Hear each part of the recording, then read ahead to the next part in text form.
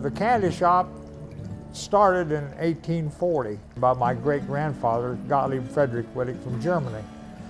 And he ran it from 1840 to 1905. Mostly they made stick candy, and they also used to make a lot of what they called spun ice cakes, because a confectioner back then not only made candy, but they also made some fancy baked goods. Not the bread and the staples that a normal baker would do. That was a regular bake shop. And then he retired to, quote, write his memoirs, and turned it over to my grandfather. And then he ran it till 1930, when the Depression sort of come in and hurt him real bad. They had some financial problems, so they pared down, and he turned it over to my father in 1930, Fred Wittig, and he wholesaled stick candy and hard candies for 5 years to all the little grocery stores. My mother, she had a lady come down from German Village, and out of the goodness of her heart, she gave her one day, she showed her how to enrobe chocolates or dipping. Years ago, we also had a salesman used to come around, and they would drop off little recipes to manufacture a cream center, stuff like that.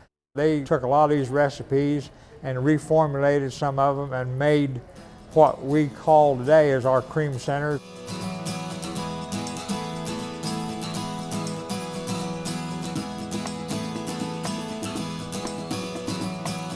Eventually I took it over.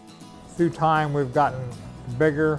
I've added things, and this soda fountain, I always wanted one, so now that I got the big store and big building, I got me a soda fountain.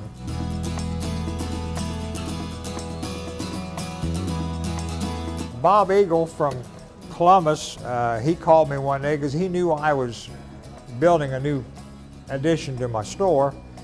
And so he called me one day and wanted to know if I was interested in a soda fountain. So I told him I was going to have one in here.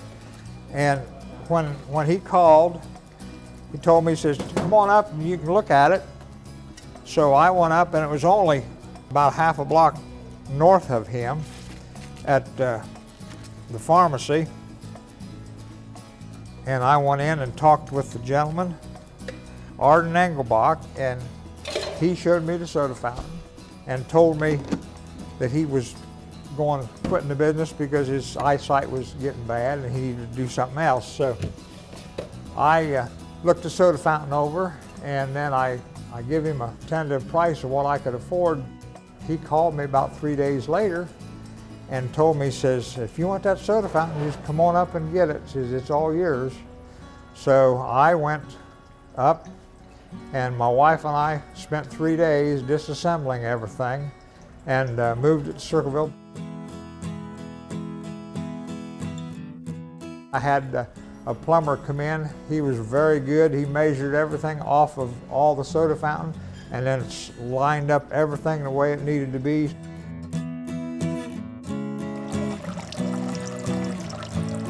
Mr. Engelbach and his wife, they came down and they instructed all the girls here on how to make sodas the old-fashioned way. And we basically do everything just like he showed us. And he even gave us a book that came with the soda fountain that tells instruction of how to be a soda jerk and the different recipes to make this and make that.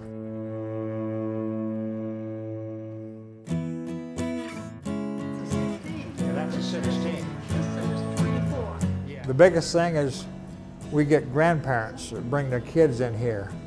And I had a sign that said, children are allowed 2 spins on the stool, because I get kids come in there and they sit down on a stool and they go round and round and round, and grandma and grandpa will be hollering, don't do that, don't do that.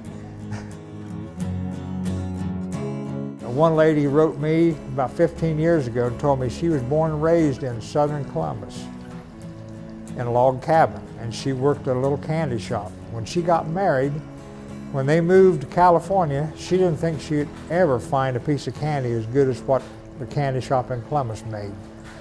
But then next door neighbors of hers received some of our candy as a Christmas present, and the lady had a piece of that, and she had to sit down and write me a letter and tell me how after all these years she found candy as good as what she had back then. So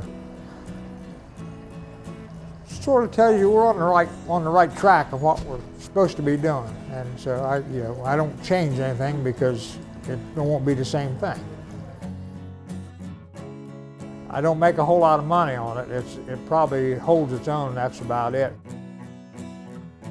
I stopped considering myself being an owner of a business anymore. I'm more, I think, a curator of a piece of history of Circleville.